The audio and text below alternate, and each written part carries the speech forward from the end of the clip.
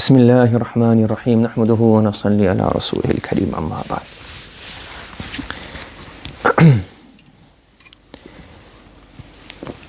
In life, when we dealing and interacting with other people, we need a lot of experience. And sometimes just doing something without thinking, without having guidance on how to approach the matter, we may think we're doing something good, but in reality, we can end up causing more harm, even if it seems that it's good. That's why he says, for nahyan al-munkar, when you're prohibiting something, you're doing amr bil ma'ruf, you're enjoining good, you're prohibiting evil, nahyan al-munkar, this is compulsory. It's part of the ummah, it's compulsory upon the ummah that when there's something wrong taking place, we need to stop this. When something good is not happening or it's been left, we need to enjoy this. Yes, this is the khair ummah. This is why we're the khair ummah. We don't retreat and this, okay, it's not my business.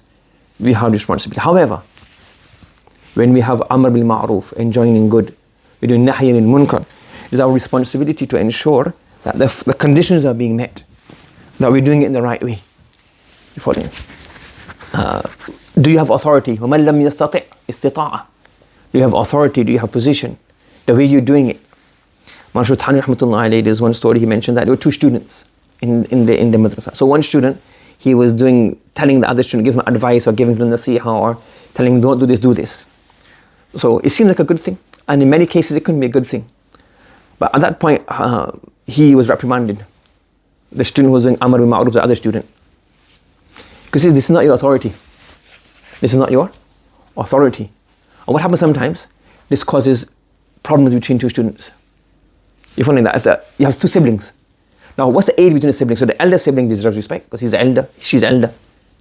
But if they don't have enough like a manzila, when he's trying to tell the other person, it could cause problems. It could cause a rift, cause stubbornness. And you find like another person, they're not doing what they're supposed to do. Now, the elder person, only 1 year older, 2 years older, and it's not that much of an age gap. Now he's trying to say, no, you do this, do this, do this.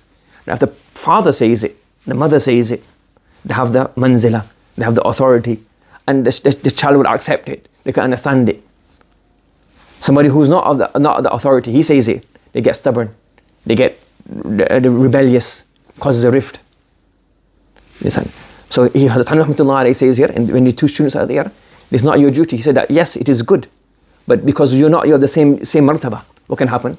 It's caused a rift between. That's why in experience in structure in the madrasa, they will never give other students responsibility. It's okay, your job is to say who comes late, not to distribute the punishment, not to just stand up, not to do this. Why? That causes enmity between the two students. So yes, you say, okay, you come, you just carry out this job. That's you don't have any authority over other student. Why? Cause a rift between the students. And if your brother does something, you tell me. If not, I'm not having a go at you, yes? I think I'm having a go at my children. This is a general rule. Sometimes, for example, it's even also mentioned, like Allama Shami rahmatullah alayhi, he made, I don't know exact words, but he was saying that you do amr al-ma'ruf, you're a scholar, you know something, you have a bit more knowledge. Your parents are not acting upon this.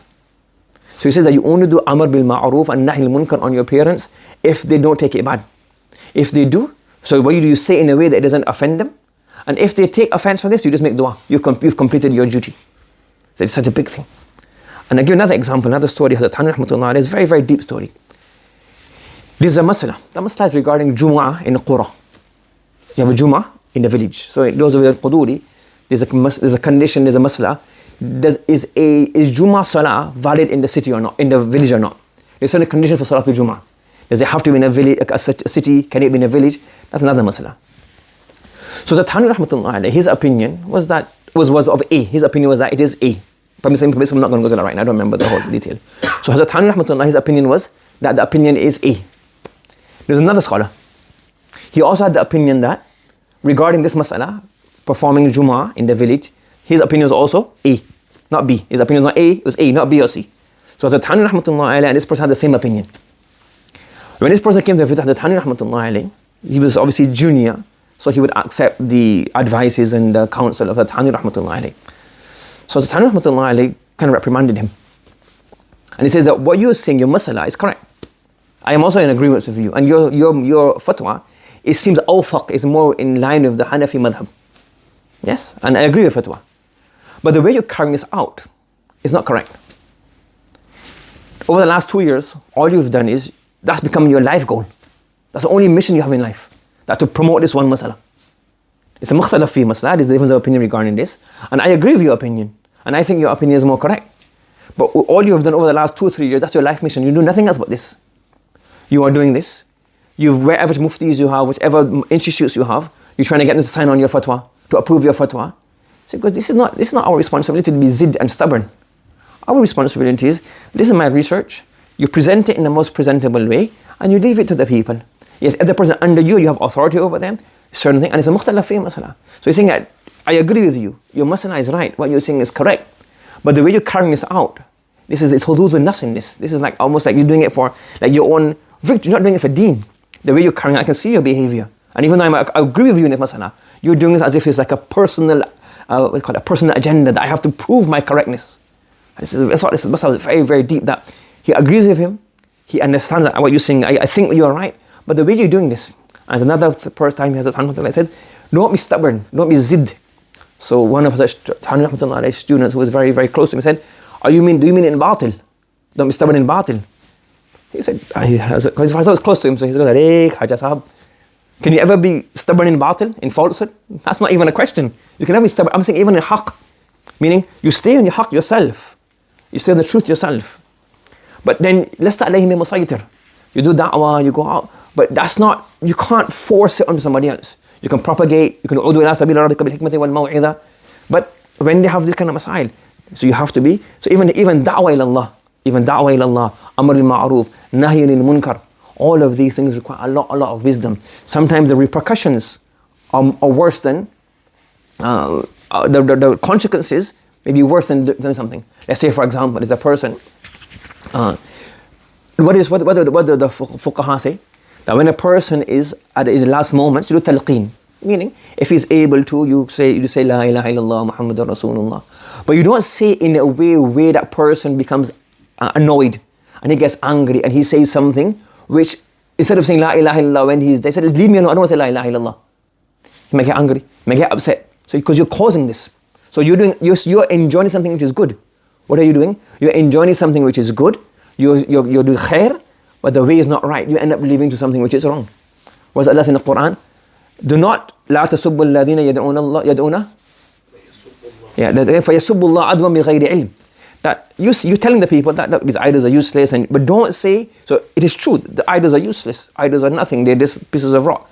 But if you say such things in a harsh way, what's going to happen? Reaction. So it is true. You can say whatever you want about the idols, it's just pieces of rock. But you do this, what's a reaction? They get angry. Oh, you're saying bad things about my God, what am I going to do? I'm saying bad things about your God. Who's your God? Allah subhanahu wa ta'ala. You become a sabab, you become a cause of something, a greater evil. A hadith of Prophet sallallahu alayhi wa sallam says, do not swear at your own parents. So the Sahaba radiallahu anhu were very shocked. How can you swear at your own parents? So he says, so one is, what is the thing? You swear at somebody else's parents, which is wrong in itself. But it's less than swearing at your own parents. But because of this, that person, what does he do? Prophet sallallahu alayhi wa sallam understood. Human have reaction. So what's going to happen? You swear at his parents, what's going to happen? He says, your own parents. So now you've sworn at your own parents. How? You caused it. You become a significant cause.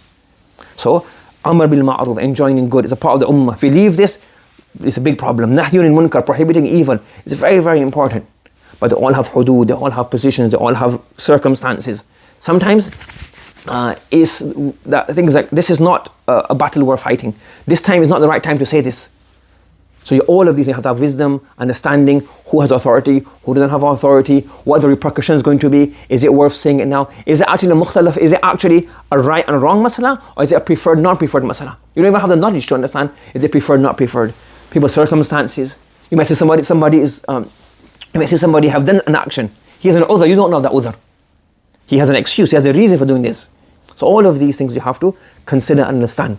So that's why, I'm not saying you don't do amr al-ma'ruf, I'm not saying you don't do nahy al-munkar, because if you ever stop doing that, then within 2 generations, our whole deen will go down the drain. But all of these are understood. When, how, who, limits. May Allah subhanahu wa ta'ala give us ability to act upon this. Subhanallah wa bihamdihi, subhanakallahumma wa bihamdika, wa nashhadu an la ilaha illa anta, nastaghfiruka wa natubu